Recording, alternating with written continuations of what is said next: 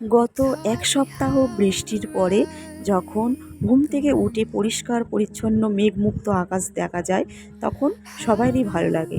তো নমস্কার বন্ধুরা, আমি ঝুমা। আশা করছি তোমরা ভালো আছো। তো চলে এলাম আবারও একটা নতুন ব্লগ ভিডিও নিয়ে। আশা করছি যে যেখান থেকে আমার ভিডিওটা দেখছো সবাই ভালো আছো। নিজেকে ফ্রেশ করে নিয়ে চলে এলাম রান্না করতে। তো রান্নার মধ্যে আজকে ছিল পেঁপে আলু দিয়ে মাছের তরকারি, চিংড়ি দিয়ে ঢ্যাঁড়স আর আলুর চচ্চড়ি আর বেগুন ভাজা। এদিকে বেগুন ভাজা আর ভাতটা বসিয়ে দিয়েছি। তো আর এই যে দেখিয়ে দিচ্ছি, মশলা করে নিয়ে এসেছি সর্ষে বেটে, আর এনেছিলাম মাছের তরকারির জন্য জিরে বেটে। আর এদিকে টমেটো আর পেঁয়াজ কেটে নিয়েছি। সবে মাত্র বেগুন ভাজাটা শেষ হয়েছে, দেখলাম পেখম রানী উঠে পড়েছে ঘুম থেকে। তো ওকে শান্ত করিয়ে দিয়ে বললাম, মা তুমি চুপ করে শুয়ে থাকো, আমি রান্না করে এক্ষুনি আসবো। তো ওকে শান্ত করিয়ে রান্নাঘরে চলে গেলাম। তো তরকারিটা বসিয়ে দিয়ে চলে এলাম বাসি কাজকর্ম করতে। এদিকে ঘর দেবার ঝাঁট দিয়ে নিচ্ছি, নিয়ে এবার ঘরটা মুছে নেব। তারপরে আমি রান্নাঘরে আবার যাব। তো রান্নাঘরে গিয়ে সমস্ত রান্না কমপ্লিট করে নিলাম। রান্না কমপ্লিট করে চলে এসেছি বাসন মাজতে ছাদের ওপরে। তো ছাদের ওপরে আজকের বাসনটাই মাজবো। জামা কাপড় আজকের পুকুর ঘাটেই কাচতে যাব, কারণ আজকের এখনও পর্যন্ত জামা কাপড় কাচিনি, মানে কাচা হয়নি। যেহেতু পেখম উঠে পড়েছে, আজকের আর জামা কাপড় একেবারে পরে ওকে খাইয়ে দিয়েই তারপরে কাচতে যাব। তো যেই ভাবা সেই কাজ, পেখম উঠে এখন চুপ করে শুয়ে আছে। তো সেই ফাঁকে আমি চলে গেলাম বাসন মাজতে। তো এদিকে বাসন মাজছি, কারণ আজকের একটু তাড়াই আছে, মানে ঝটফট করে আমার কাজগুলো করে নিতে হবে। কারণ আজকের আমার মা গুরু পূর্ণিমায় দেবে শিরুনি পুজো, কারণ আজকে ছিল বুধবার। তো বুধবার ছিল গুরু পূর্ণিমা, মা নিজের বাড়িতে শিরুনি পুজো দেবে। তো মায়ের পুজোর সমস্ত জোগাড় আমাকেই করতে হবে, কারণ মার তো কেউ নেই, আর মা তো আমার কাছেই থাকে। তো আর মায়ের পুজোর সমস্ত জোগাড় আমাকেই করতে হবে। আর আমি যেহেতু কাছাকাছি থাকি, তাই একই গ্রামের মধ্যে, তাই সমস্ত পুজোর কাজ আমাকেই করতে হবে। আর দিদিরা তো এখানে থাকে না, দিদিরা যে যার বাড়িতে থাকে। তো ওরা তো অত দূর থেকে আসতে পারবে না পুজোর কাজ করতে, তাই আমাকেই সব কিছু করতে হবে। তাই একটু ব্যস্ততার মধ্যেই ছিলাম। আর একটু মনটাও খারাপ ছিল, কারণ গত রাত্রে, মানে মঙ্গলবার রাত্রে পেখম দুষ্টুমি করতে গিয়ে পড়ে গিয়ে আলনাটা লেগে, আমার ঘরের যে আলনাটা আছে ওই আলনার কোণাটা লেগে ওর মাথার মধ্যে ফুলে গেছিলো। আর ও খুব ব্যথা পেয়েছে, মানে অনেক রাত পর্যন্ত কান্না করেছে। মানে হঠাৎ করে একটু দুষ্টুমি করছিল, তো মানে বাই চান্স ও পড়ে গেছিলো। তো ও না খুব ব্যথা পেয়েছে। ওর ওর মানে ও যতটা না ব্যথা পেয়েছে, তার থেকে বেশি ব্যথা পেয়েছি আমি আর ওর বাবা, কারণ ও আমাদের একমাত্রই সন্তান। আর একমাত্র না হলে ওকে আমি আর ওর পাপা অনেক মানে সাধনা করে পেয়েছি আমাদের কাছে। তাই ওর না একটু কোনো ব্যথা লাগলে না আমার ভীষণ কষ্ট হয়, আমার ওর পাপার দুজনেরই কষ্ট হয়। ওই জন্য আমি বলি, আমার সন্তান আমার কাছে এতটাই মূল্যবান, তোমাদের আমি বলে বোঝাতে পারবো। সবাইয়ের সন্তান খুবই মূল্যবান হয়, কিন্তু আমি মনে করি আমার মেয়ে আমার কাছে ভীষণই স্পেশাল। ওকে অনেকে অপছন্দ করে না, সেটা আমার শোকর আত্মীয়রাও ওকে পছন্দ করে না।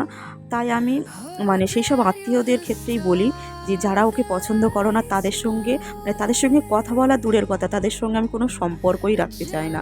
তো যাই হোক, হয়তো একটু মানে জ্ঞানের কথা বলে ফেললাম, কারণ আমার মেয়েকে নিয়ে যখন আমার কোনো কথা বলতে হয় না, তখন আমার এই কথাগুলোই মানে বেরিয়ে আসে। কারণ আমার মেয়ে না অনেক অবহেলার সঙ্গেই মানে আত্মীয় স্বজনদের কাছ থেকে অনেক অবহেলাই পায়।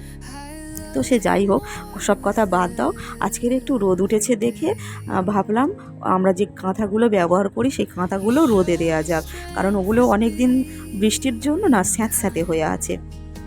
তো ওগুলো নিয়ে রোদে দিয়ে এলাম, কারণ পেখমের বাবা তখন বাথরুমে ঢুকেছে স্নান করতে।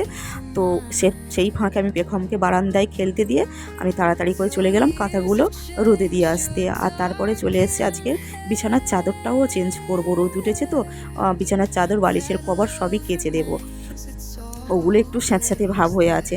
আর আমি তো সপ্তাহে 2 থেকে 3 বার বিছানার চাদর চেঞ্জ করি, কারণ পেখম তো খুবই ছোটো, আর ওর ডাস্ট অ্যালার্জি আছে, মানে ধুলো থেকে না ওর সর্দি হয়।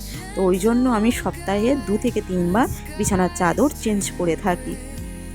চেঞ্জ না করলে না ওই ধুলো থেকে ওর সর্দি হবে। তো তারপরে এই যে এখনো পর্যন্ত আমার কোনো কাচাকুচি হয়নি। এই জামা কাপড়গুলো পেখমের পাপা চলে গেলে তারপরে ওকে আমি খাইয়ে দিয়ে খেলতে দিয়ে যাব দিদিভাই দিদুর কাছে। তারপরে আমি চলে যাব কাচাকুচি করতে। আর এই যে পেখম রানী আমার পাশে বসে পড়েছে, ওর পাপার খাবার দিচ্ছি, ও বসে আছে। বসে বসে আমার সাথে অনেক গল্প করছিল। মানে ছোট মানুষ তো, আর কালকের রাত্রে না ব্যথা পেয়েছে না, তার কারণে না মানে সারা রাত ভালোভাবে ঘুমায়নি। ও ঘুমায়নি, আমিও ঘুমাইনি। মানে খুব ওর কষ্ট হচ্ছিল, ব্যথা লেগেছে তো। ব্যথার ওষুধ খাইয়েছি, কিন্তু তা হলেও মানে আলনাটার কোনাটা না ওর মাথার মধ্যে ফুটে গেছিলো। আর ওই জন্য আজকে মানে ভোর ভোর উঠে পড়েছে। আর ওর কষ্ট দেখে আমাদেরও ভীষণ কষ্ট হচ্ছিল। তো তারপরে পেখম উঠে গেল, ওর পাপা বের হয়েছে, ওর পাপাকে আসন পেতে দিতে গেছে। আর ওর পাপাকে ভীষণই ভালোবাসে, সব বাচ্চাই ভালোবাসে তার পাপাকে, কারণ মেয়ে সন্তান মানেই তার পাপাকে ভালোবাসবে। আর আমাকেও ভালোবাসে সেটা নয়, আমিও এটা দেখে ভীষণ খুশি হই যে ও ওর পাপাকে এতটাই ভালোবাসে। কন্যা সন্তান মানেই পাপার আদরে, তাই না? আমিও ছিলাম আমার পাপার আদুরি, কারণ আমিও ছিলাম আমার পাপার রাজকন্যা। সে যাই হোক, বাবার কথা বললে অনেক কিছু মনে পড়ে যায়। আর বাবার বাড়িতে যাওয়া হয় না অনেক বছর, মানে একই গ্রামের মধ্যে হলেও মা যেহেতু আমার কাছে থাকে, কিন্তু যাওয়া হয় না। প্রায় 10 বছর পরে যদিও বা বাবাদের সাথে আমার সম্পর্কটা পাকা হয়েছিল, বিয়ের কারণে সম্পর্ক ছিল না, কিন্তু 10 বছর পরে সম্পর্ক পাকা হয়েছিল। কিন্তু যখন যাওয়ার সময় হলো তখন বাবাই চলে গেলেন আমাদের ছেড়ে। সেই জন্য ওই বাড়িতে আর কেউ থাকে না, আর তেমন যাওয়াও হয় না।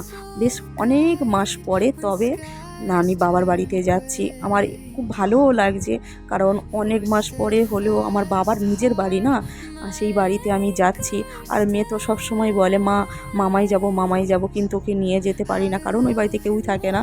আর আমার বাবাদের বাড়িটা না আগেকার দিনের জমিদার বাড়ি, তো জমিদারি নেই, কিন্তু বাড়িটা রয়ে গেছে। আর বাড়িটা প্রায় ভগ্নাবশেষ হয়ে গেছে। এই বাড়ির যদি হোম ট্যুর তোমরা চাও একদিন, তো কমেন্টে লিখে জানাবে, আমি দিয়ে দেবো। আর এটা হচ্ছে আমাদের বাড়ির মানে জমিদার বাড়ির দেবী মা তারা মা। এই তারা মাকে আমাদের প্রত্যেক বছর জ্যৈষ্ঠ মাসে পুজো করা হয়। আর এই তারা মা এতটাই জাগ্রত, সবাই বলে, আমার নিজের ক্ষেত্রেও হয়েছে, এই তারা মাটা এতই জাগ্রত, ওনার কাছে যে যা চায় তার মনের আশাই পূর্ণ হয়। আর এটা ছিল আমাদের জমিদার বাড়ির দালান বাড়ি। এই হচ্ছে আমাদের আদি ঠাকুর, মানে যেটা কুলদেবতা বলে। এই যে বানবুড়ি, ইনি বানের জলে ভেসে এসেছিলেন। আর তারপরে তো অন্য ঠাকুর শীতলা মা সবাই আছে। তো এটাই হচ্ছে আমাদের জমিদার বাড়ির কুলদেবতা। তো বন্ধুরা, ভিডিওটা আশা করছি তোমাদের ভালোই লেগেছে। যদি ভালো লাগে কমেন্টে অবশ্যই জানাবে। আর বন্ধুরা, যদি তোমরা আমার বাবাদের এই জমিদার বাড়ির ভিডিও দেখতে চাও হোম ট্যুর, তাহলে অবশ্যই জানাবে কমেন্টে। টাটা।